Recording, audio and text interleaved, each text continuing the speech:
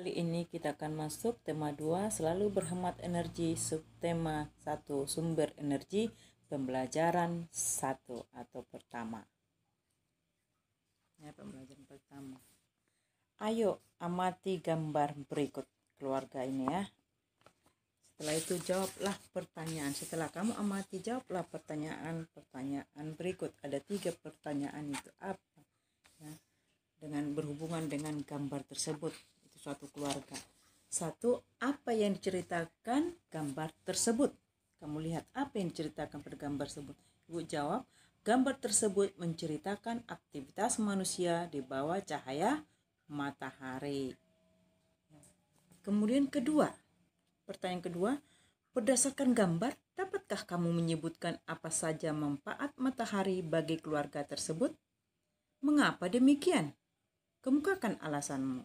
Ibu bantu menjawab, manfaat matahari bagi keluarga tersebut ya banyak. Mereka lagi mengapain di situ? Ada ibunya, ada anaknya, ada ayahnya ya. Ada mereka sekeluarga di situ. Anaknya di luar di box bayi. Ya. Kamu bisa membuat apa alasannya? Pertama, manfaatnya adalah untuk kesehatan tulang seperti anak itu dijemur ya. Bisa kamu buat alasannya. Mengubah provitamin D menjadi vitamin D. Kemudian yang kedua, untuk proses fotosintesis pada tumbuhan untuk membuat makanan itu. Tengok itu ada O2 dihasilkan oleh tumbuhan. Yang ketiga, mengeringkan kain bagi mereka ya, mengeringkan kain atau benda-benda. Itulah manfaat matahari bagi keluarga tersebut. Bagi kamu boleh kamu buat alasannya apa saja. Sekarang pertanyaan yang ketiga. Apakah kamu dapat menyebutkan contoh kegiatan lain tentang manfaat matahari bagi kehidupan kita sehari-hari? Itu tadi bagi keluarga itu. Sekarang untuk kita, apa manfaat matahari itu bagi kehidupan kita sendiri? Ya, tadi bagi keluarga itu sudah kita sebutkan 3 tadi. Selain itu, apakah ada manfaatnya untuk kita? Yang pertama adalah membantu proses pembuatan ikan asin. Selain yang tadi ya, bisa membuat ikan asin, dia adalah pengawet alami, dikeringkan dia. Yang kedua, membantu pembuatan garam ya, naik air laut ditampung, diluapkan dia, maka yang tinggal kristal garam. Dan yang ketiga adalah sebagai sumber energi listrik dengan bantuan alat namanya panel surya. Udah ibu jawab ketiga pertanyaan tersebut. Boleh kamu buat tulisan dengan menuliskan jawabanmu sendiri sesuai dengan yang ibu ungkapkan tadi ya. Apa itu manfaatnya? Sekarang sumber energi apa yang membuat bumi menjadi hangat? Ya, sumber energi apa? Untuk membuktikannya itu, mari kita untuk menjawab itu, mari kita buat percobaan. Ya, percobaan. Itu bahannya tisu, kertas, sapu tangan.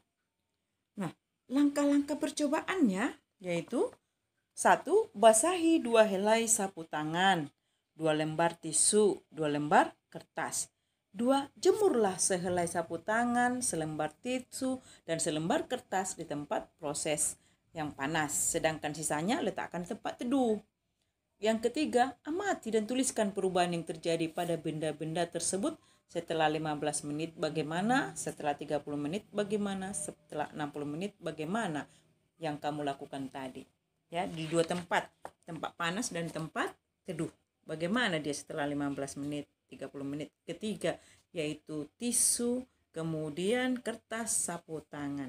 Kamu buat itu seperti itu, ada di bukumu ya. Berdasarkan tabel pengamatan yang kamu buat tadi, bolehlah kamu tuliskan sedikit kesimpulan mengenai pengaruh panas matahari. Dulu kita sudah belajar membuat laporan kan?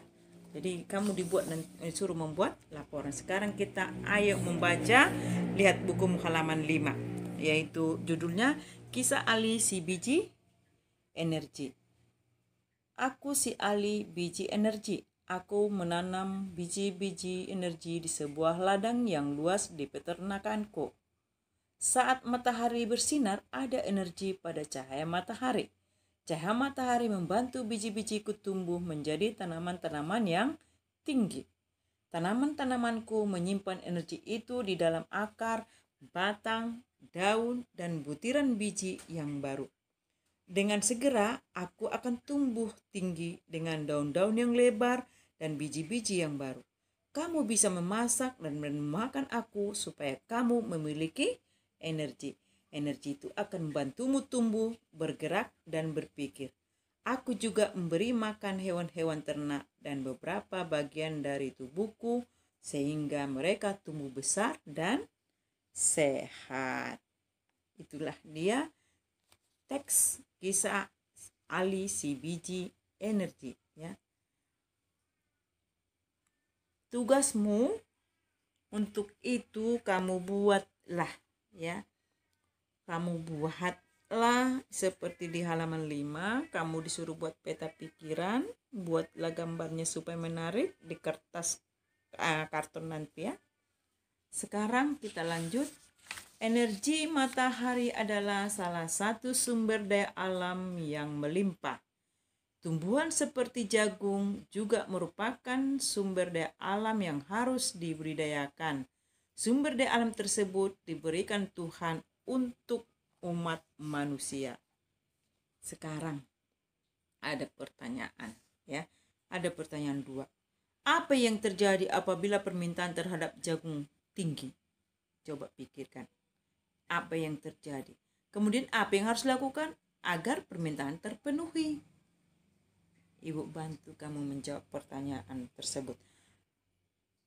Apa yang terjadi apabila permintaan terhadap jagung tinggi? Yaitu jika permintaan terhadap jagung tinggi, maka harga jagung akan meningkat.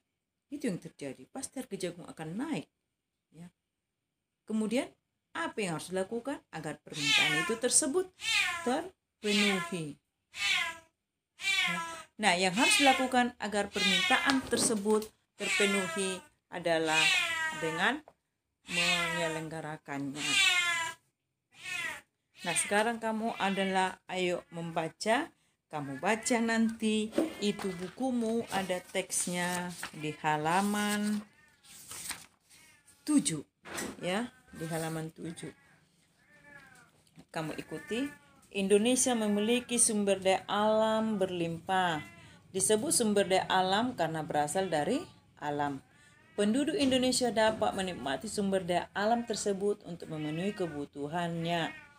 Laut Indonesia terkenal karena ikannya, lahan yang subur menghasilkan padi, jagung, serta tumbuhan lainnya yang sangat berguna bagi penduduk, ya. Gas bumi, minyak, serta logam banyak memberikan manfaat bagi masyarakat. Sekarang sumber daya alam terbagi 2, sumber daya alam yang dapat diperbarui dan sumber daya alam yang tidak dapat diperbarui. Sebagai anak Indonesia, kamu harus tahu apa yang termasuk ke dalam keduanya dan apa dampaknya apabila kita kekurangan keduanya. Penggunaan sumber daya alam berlebihan akan memengaruhi di kehidupan manusia. Kita harus menghemat penggunaannya. Sumber daya alam yang dapat diperbaharui misalnya tumbuhan, hewan, sinar matahari, angin, dan air. Sumber tersebut termasuk kelompok sumber daya alam yang dapat diperbarui karena terus tersedia dan dapat kita kelola untuk kita perbanyak jumlahnya. Jumlah sumber daya alam ini sangat berlimpah. Agar sumber daya alam ini tetap tersedia, kita harus menggunakannya dengan bijak dan melestarikannya. Sumber daya alam ini sangat penting untuk dijaga keberadaannya supaya tidak habis, ya. Kemudian minyak bumi, emas, besi, dan berbagai tambang itu termasuk ke dalam sumber daya alam yang tidak dapat diperbaharui. Mengapa demikian? Karena jumlahnya sangat terbatas. Untuk menghasilkan minyak bumi diperlukan waktu yang sangat lama.